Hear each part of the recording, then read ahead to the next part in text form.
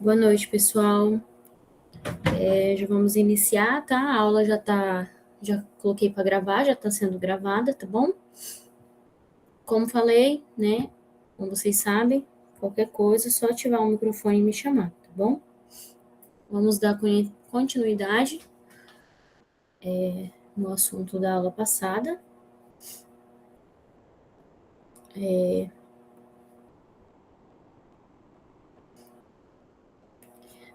Bom, medidas de biosseguranças, né? Que está incluso o quê?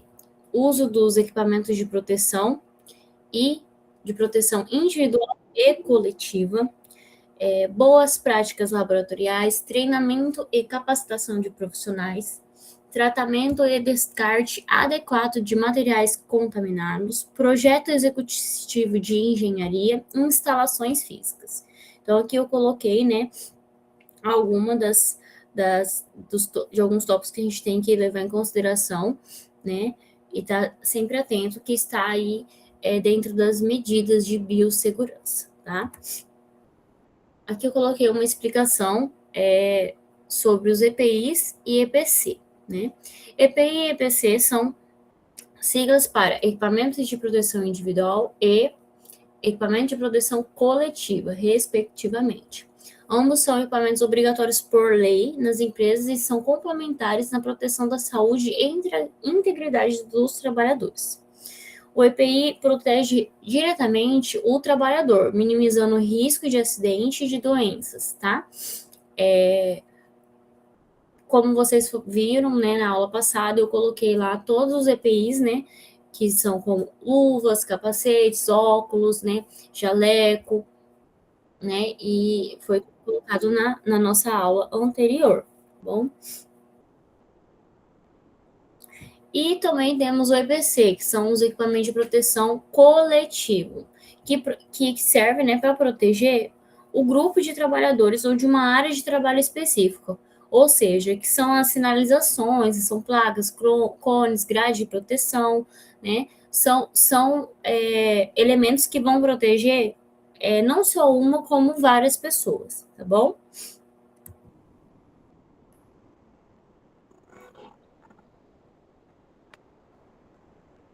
Hein, professora? Aham, não tá aparecendo o slide, né? Peraí. Aham. Desculpa, pessoal, eu esqueci desse detalhe. Vamos lá. Pronto, agora vai. Aí, gente, esse material de hoje eu também vou pôr lá no Ava, tá bom? Vamos lá. Como eu estava dizendo, né, o EPC ele vai proteger um grupo, né, de trabalhador. Não só dos trabalhadores, como os pacientes também, porque, né, entra placas, grades, cones, né, vai estar protegendo todo mundo que está ali dentro daquela área.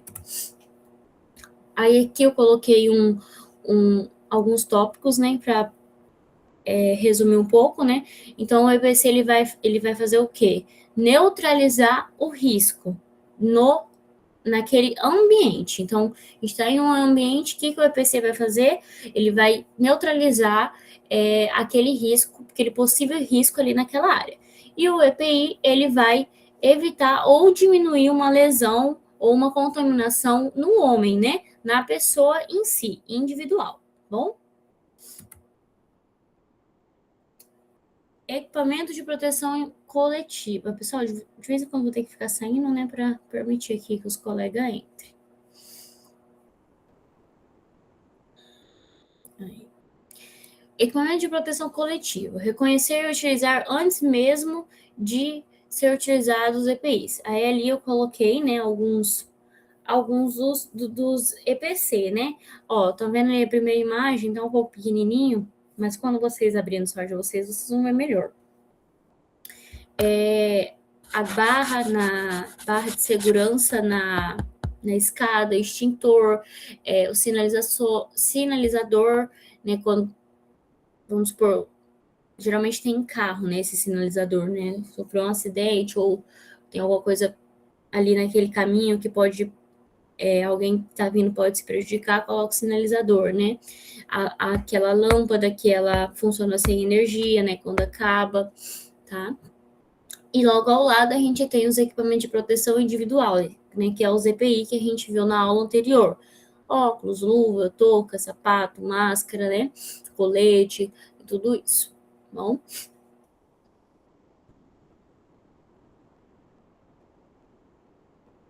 aqui tem mais alguns, né, exemplos de equipamentos de segurança, tá? Esses aqui são os EPIs, né? Mais alguns exemplos. Algumas medidas de biossegurança em saúde são, né? Limpeza e desinfecção de áreas de superfícies, paredes, pisos, equipamentos e imobiliários, né? Higienização correta das mãos, né? Como a gente falou na aula anterior, né? A gente enfatizou bastante sobre isso, sobre a questão da higienização, que é uma das coisas muito importantes. Uso de equipamento, né? Dos equipamentos, que foi citado anteriormente, né? Tanto o EPI quanto o EPC. Gerenciamento de resíduos, planos de emergência, capacitação de protocolos de biossegurança, carteira de vacinação sempre atualizada.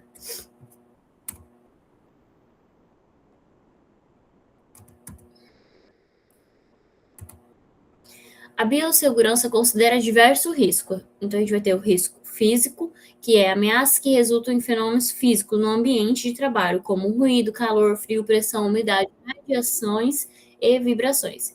Risco ergonômicos, fatores que podem afetar a saúde física e mental dos trabalhadores ou causar desconforto. Eles são responsáveis por grande parte das doenças ocupacionais, como postura inadequada, movimentos repetitivos, levantamento de peso, longa jornada de trabalho, controle rígido de produtividade. Então, esses riscos ergonômicos são os que mais afetam nós profissionais da saúde. Por quê? Por conta do que está ali no terceiro tópico, no quarto exemplo ali, né? Longa jornada de trabalho. Nós como técnicos, a gente tem de ter mais trabalho e a maioria das vezes os hospitais não obedecem à escala de trabalho, sempre coloca os profissionais para trabalhar além do que se deve. Então, esses riscos ergonômicos são os que a gente mais se afeta, né? Então, não só a gente, né? Tem muitas outras áreas de trabalho, mas a área da saúde é a área que mais se tem, né? Esse risco ergonômico. Riscos químicos são a probabilidade de exposição a substâncias, compostos ou produtos que podem causar danos à saúde ou ao meio ambiente, como substâncias tóxicas. Riscos biológicos são a probabilidade de que a manipulação de agentes biológicos infectados, toxinas ou materiais biológicos possam causar efeitos adversos à saúde, ao meio ambiente, a animais, plantas ou como agentes infecciosos. Tá? Riscos psicológicos são estresse, também conhecido como riscos psicossociais. São fatores que podem causar estresse e adoecimento mental. Eles podem ser originados por deficiências na organização de trabalho, comportamentos ou condições físicas do ambiente de trabalho, né? Que é um dos riscos aí que tá sendo bastante afetado, né, gente, a população, essa questão do psicológico, né? Principalmente os profissionais que têm uma carga horária aí muito longa, é estressante, né? Então, é uma das coisas assim que mais causa doenças nos profissionais de hoje. A classificação dos níveis. Opa, o que aconteceu?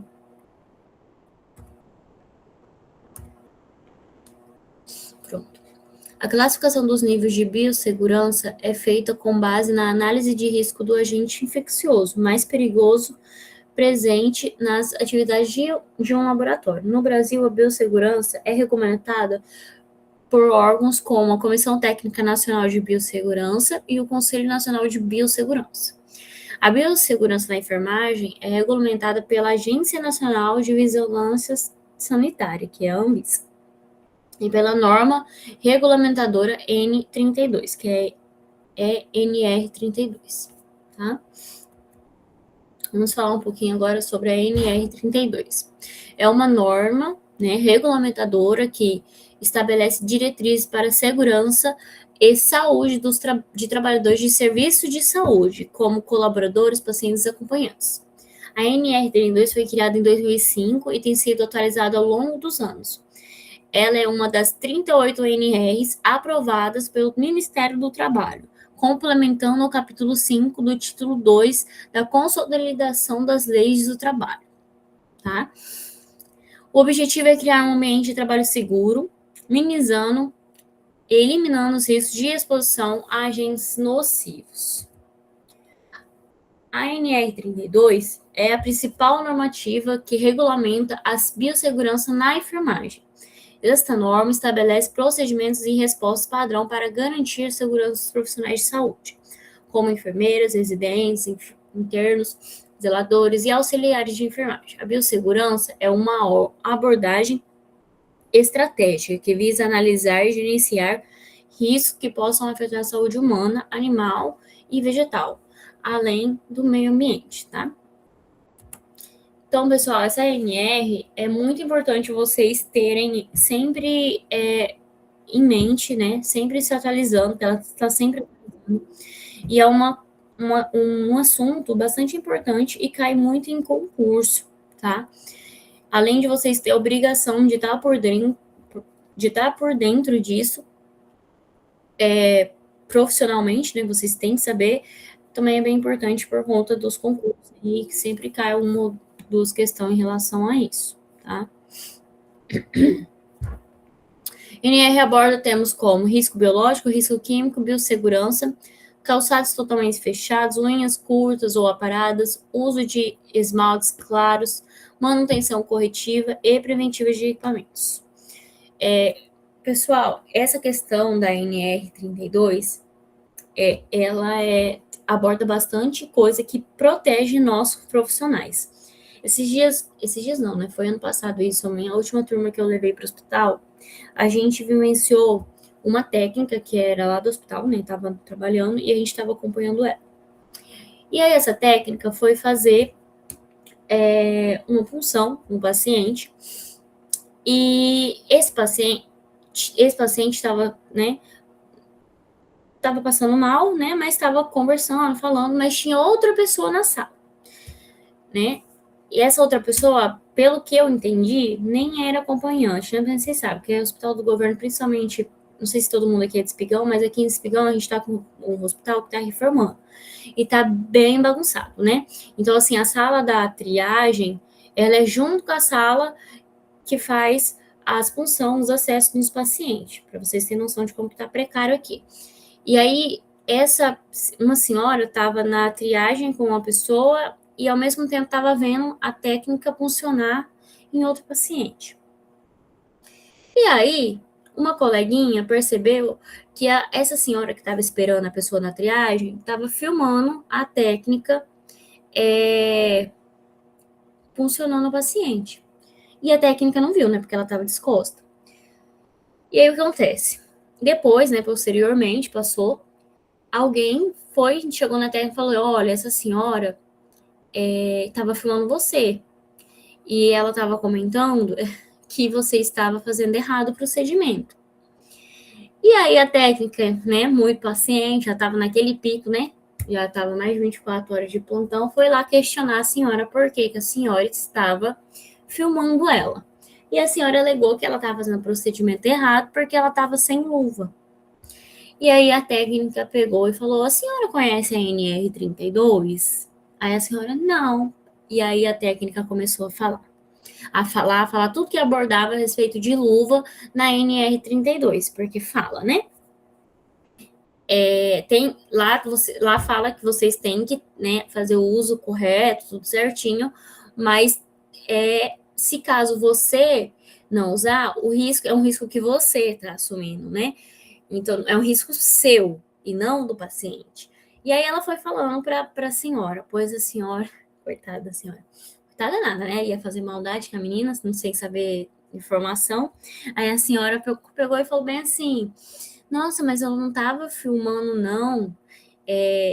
eu tava só olhando, o celular tava apontado, começou a desconversar, né? Ela viu que a profissional sabia, tava ali, explicou para ela, e aí ela já recuou. Então, por que que eu falo que é importante? A NR não é só importante para vocês, questão de concurso, mas para vocês usar como defesa para vocês, porque vocês vão se deparar com situações de pacientes, que às vezes nem é paciente, né? Que nem dessa senhora, ela nem é paciente, ela estava acompanhando. E ela, né, e queria usar esse vídeo contra essa técnica. E ela usou da NR33, os conhecimentos dela, ela tinha na ponta da língua para se defender, né? E aí depois ficou observando a senhora, e a senhora ficou no celular. E aí depois a senhora pediu desculpa para ela e disse que tinha apagado o vídeo e que ela realmente não sabia disso, né? E todo esse auê, foi um auê. Enfim, né? Então, a partir disso, né, a técnica, como ela tinha conhecimento, ela conseguiu se proteger ali, né, de certa forma. Então, é bastante importante vocês terem sempre em mente toda essa questão da NR32, porque é algo que protege muito vocês, tá? A NR32 é importante porque os profissionais de saúde estão expostos a diversos riscos ocupacionais, como contaminação por agentes biológicos, lesões por esforço repetitivo, entre outros.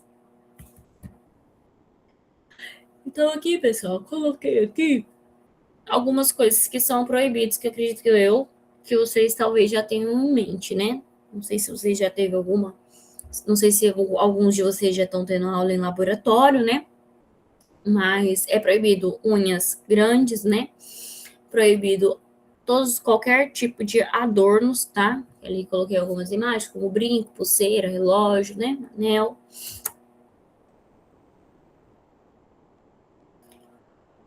Então, aqui eu coloquei outra fotinha, né, escrito, mas é a mesma coisa que eu falei.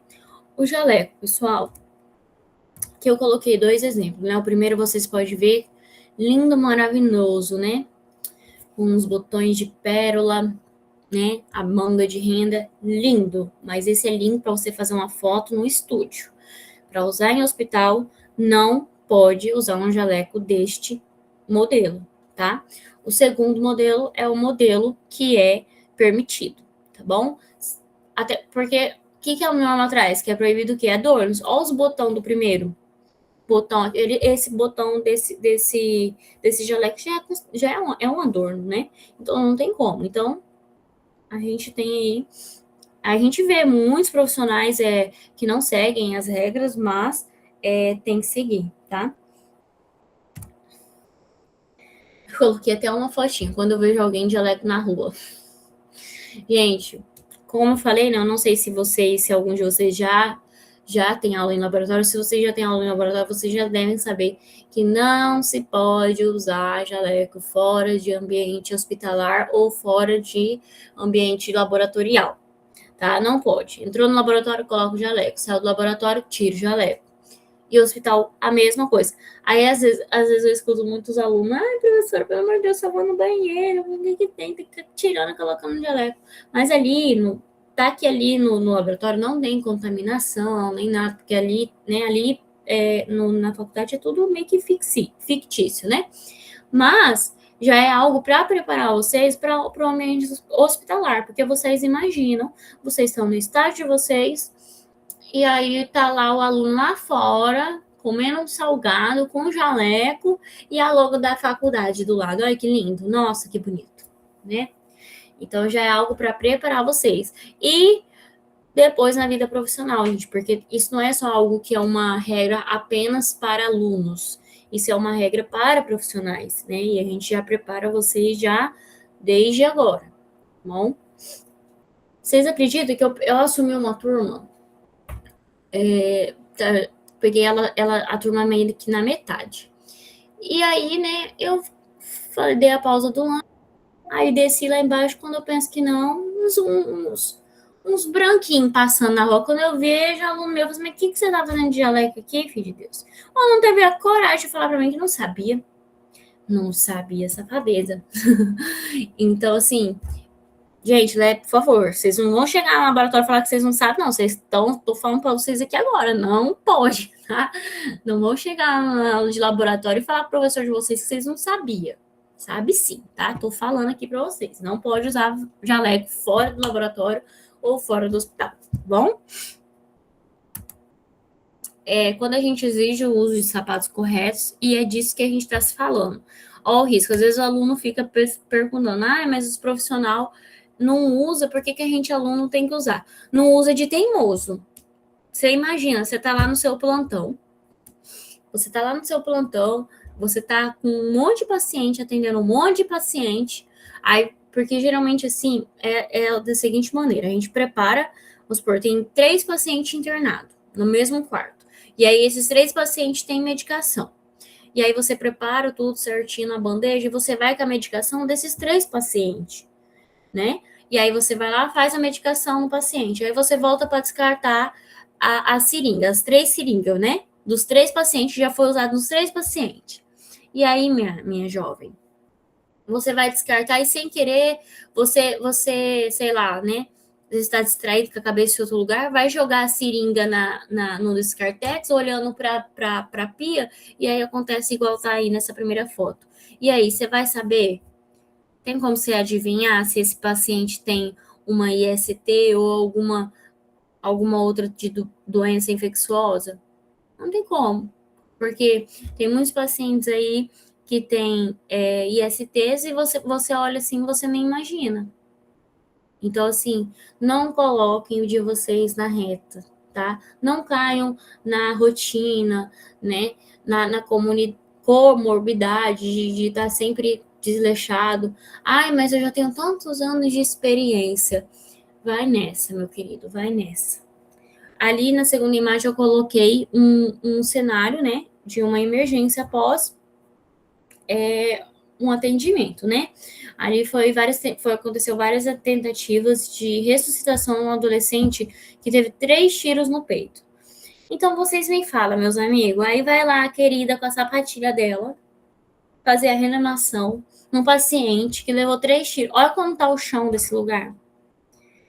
Entendeu? Aí você tá lá com a sua unha exposta, às vezes sua unha tá meia encravada, que você fez a manicure e arrancou um bife do seu dedo, aí você vai lá reanimar. O que você vai fazer, minha querida? Entendeu? O que faz um cenário desse aqui? Você vai lembrar de colocar uma luva no pé? Não vai. Então, gente, levem isso para a vida de vocês. Mesmo depois de profissional, não obitem de usar calçado aberto. Sigam certinho. Porque, olha, o que mais tem é porque as pessoas abafam muito, principalmente quando a questão é sobre ISTs. Mas acontece demais, tá? De profissionais que adquirem ISTs no ambiente de trabalho, tá? Ixi, tem muito, tá? E muito. É porque a pessoa vai sair contando, eu tenho tal doença porque eu peguei. Não vai, a pessoa vai abafar. Então, assim, cuidem, tá? Cuidem. Os cuidados de higiene são fundamentais na biossegurança, tanto para o indivíduo quanto para a sociedade. Para o indivíduo, isso inclui práticas como higienização das mãos, né, como a gente falou na aula anterior, que é a questão de você lavar frequentemente as mãos, tá? Com água e sabão, e depois usar o álcool, né? Igual eu falei, só o álcool não vai te proteger 100%. Lava as mãos e depois passa o álcool, tá? Uso de equipamento individual, né? Que é máscara, luvas, né? Que são os EPIs. Vacinação, você tem que estar sempre com a sua vacinação em dia, tá? Por quê? Porque você tá ali, né, cuidando de 30, 40 pacientes por dia, às vezes até mais, tô jogando baixo aí, 30, 40 pacientes por dia, tô jogando super baixo. Então, você tem que estar com a sua vacinação em dias, porque você não sabe que tem, que está por vir no seu plantão. Desinfecção de superfícies, limpar e desinfectar regularmente superfícies que são tocadas com frequência, né? No caso, ali o balcão onde os pacientes te entregam os prontuários, ali onde os técnicos e os enfermeiros manuseiam os prontuários, ali onde eles fazem preparo de medicação, né? Então, todas essas superfícies onde tem que são tocadas com muita frequência, são superfícies que vocês têm que estar sempre atento de estar, né, passando um álcool, fazendo uma limpeza, tá? Porque assim, gente, o hospital, ele tem, né, o setor da limpeza. Só que nem esses ambientes que são tocados com muita frequência, não tem como o pessoal da limpeza estar ali de hora em hora limpando. Então, a gente, como técnico, a gente também tem que ter esse cuidado. A gente tem que, né, providenciar um paninho, geralmente todo setor tem uma pia, né, com um detergente, uma buchinha, e vocês podem estar fazendo esses cuidados também, tá bom? Até porque é um risco que vocês estão correndo, né? Então, vocês têm que ter esse cuidado também. Para a sociedade, os cuidados de higiene devem ser promovidos através de, né? Então, aqui falando como que a gente tem que promover esses cuidados de higiene para a sociedade. Educação e saúde, como através de campanhas, né, que conscientize essas pessoas, né, sobre higiene e sobre a biossegurança. Políticas públicas, né, implementação de normas e regulamentos que garantam ambientes seguros em escolas, hospitais e locais de trabalho, monitoramento e fiscalização, né, que é o acompanhamento em questão de condições de saúde pública e aplicação de medidas preventivas em casos de surtos, tá? Promoção de saneamento básico, né, que é garantir o quê? Água potável e sistema de esgoto, que são fundamentos para a prevenção de doenças. Biossegurança no ambiente hospitalar é de extrema importância, pois visa proteger a saúde dos pacientes, dos profissionais de saúde e comunidade em geral. Prevenção de infecção. Opa. A biossegurança é fundamental para prevenir infecções hospitalares, que podem ser causadas por patógenos resistentes e antimicrobianos, tá? Resistente a antimicrobianos. Medidas adequadas de biossegurança, como a esterilização de instrumentos e a desinfecção de superfícies, ajudam a reduzir as incidências dessas infecções, tá bom? Proteção dos profissionais de saúde. Os trabalhadores de saúde são expostos a diversos agentes patógenos. A biossegurança inclui o uso de equipamentos de proteção individual, treinamentos e protocolos que garantem a segurança dos profissionais durante as prestações de cuidados, tá? Segurança do paciente. Ambientes hospitalares podem ser arriscados, especialmente para pacientes imunocomprometidos. A implementação de práticas de biossegurança garante que os pacientes recebam cuidados em um ambiente limpo e seguro, minimizando riscos à saúde. Controle de doenças infecciosas. A biossegurança desempenha um papel crucial no controle de surtos de doenças infecciosas. Medidas como triagem, isolamento de pacientes e manejo adequado de resíduos hospitalares ajudam a conter propagação de infecções.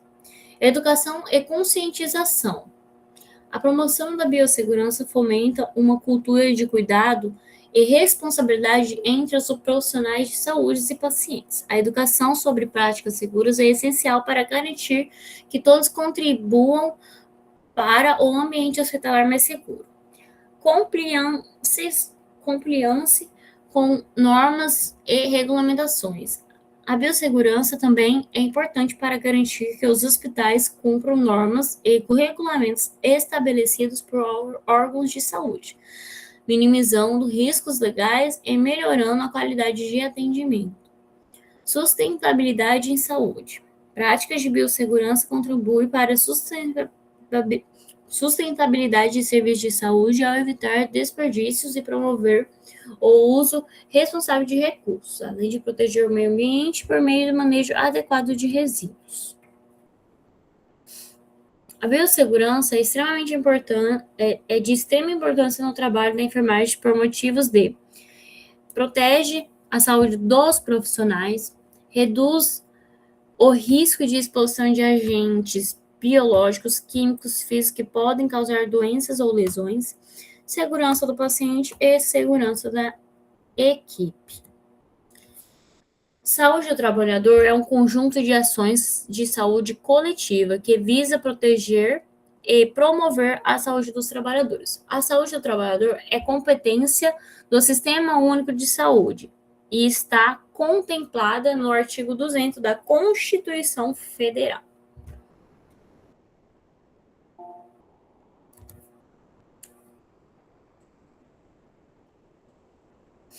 Aqui eu coloquei um mapa mental, vocês podem estar usando depois para estudo, tá? Aí aqui tem alguns tópicos, né? Saúde do trabalhador. Participação na normatização, fiscalização e controle dos serviços de saúde, garantia do sindicato dos trabalhadores que requer ao órgão competente e interdição de máquina, de setor, serviço de todos os ambientes de trabalho. Então, aqui vai ter bastantes informações, sim, bastante importantes em questão da saúde do trabalhador. Objetivos. Conhecer a realidade da saúde da população trabalhadora, independente da forma de inserção no mercado de trabalho e do vínculo trabalhísticos estabelecido. Intervir nos fatores determinantes de agravos à saúde da população trabalhadora, visando eliminá-los ou, na sua impossibilidade, atenuá-los. Avaliar o impacto das medidas adotadas para a eliminação, atenuação e controle de fatores determinantes e agravos à saúde. Subsidiar a tomada de decisões dos órgãos competentes, estabelecer sistemas de informações de saúde ao trabalhador. Risco que profissionais estão expostos, né? Que a gente já falou um pouquinho, falei um pouquinho dele sobre isso lá no início, né? Que são os riscos biológicos, riscos químicos, riscos ergonômicos. Nos riscos biológicos, a gente pode citar aí, né, as doenças transmissíveis, como HIV, hepatite, né? Riscos químicos, que é a manipulação com substâncias químicas, né, como medicamentos, desinfetantes, né? O risco ergonômico, que são desenvolvidos em relação ao setor ali que você trabalha. Por exemplo, quem mexe com equipamento pesado, às vezes movimentos repetitivos, muito esforço, né? Então, isso vai entrar em riscos ergonômicos. O psicológico, né? Que entra questão do estresse, questão da ansiedade, né? São fatores ali que vão fazer você chegar a um nível de estresse muito alto e que vai atrapalhar a sua saúde, né? E tem muitos profissionais que nos primeiros anos, assim, da profissão, fica bem mal, assim, psicologicamente, né? Porque, como uma colega minha fala, no início, a gente é como esponja, porque a gente absorve tudo que a gente vê.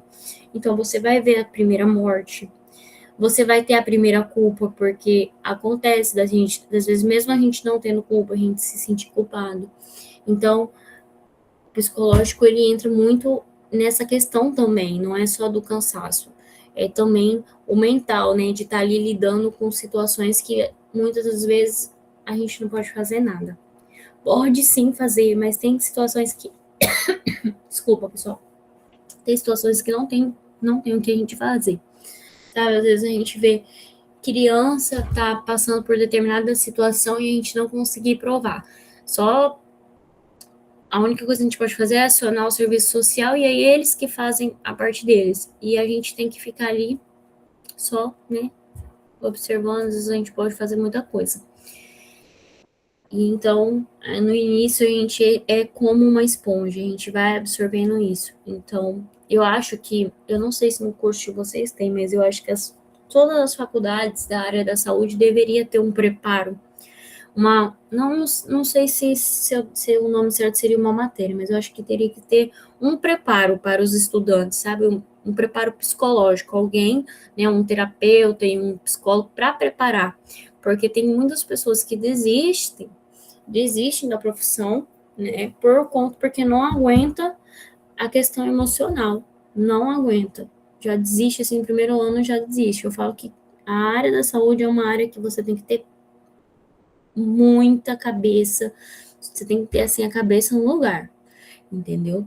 Porque senão, meu amigo, já era seu psicológico. Risco de acidentes, né? Também entra, né? Que é quedas, cortes, né?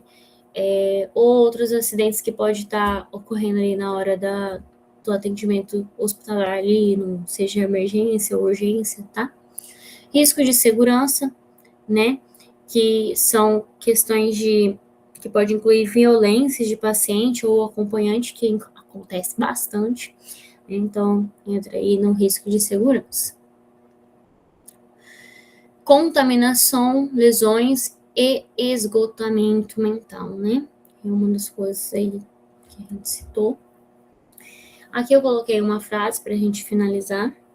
A enfermagem é uma arte, e para realizá-la como uma arte requer uma devoção tão exclusiva, um preparo tão rigoroso quanto a obra de qualquer pintor ou escultor, pois o que é tratar de tela morta ou do o frio mármore comparado ao tratar do corpo vivo?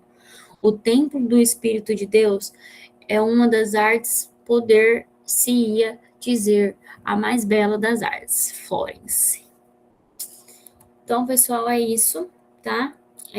Cuide de você para cuidar dos pacientes, né? Muitas das vezes aí os profissionais esquecem de que tem que ser cuidado, né? Se você não se cuidar, como que você vai cuidar do próximo, né? Então, a biossegurança, gente, no geral, ela é mais voltada para nós do que para o paciente. Eu não sei se vocês conseguiram perceber isso. A gente foca muito em nós, porque a gente precisa estar em segurança, a gente precisa estar bem para cuidar desses pacientes, tá bom? Pessoal, alguma dúvida? Eu vou já colocar aqui o material lá no AVA, já estou abrindo aqui para colocar. As atividades, hoje eu mandei um recadinho lá no grupo, todo mundo viu, questão das atividades. A data da prova tá lá também.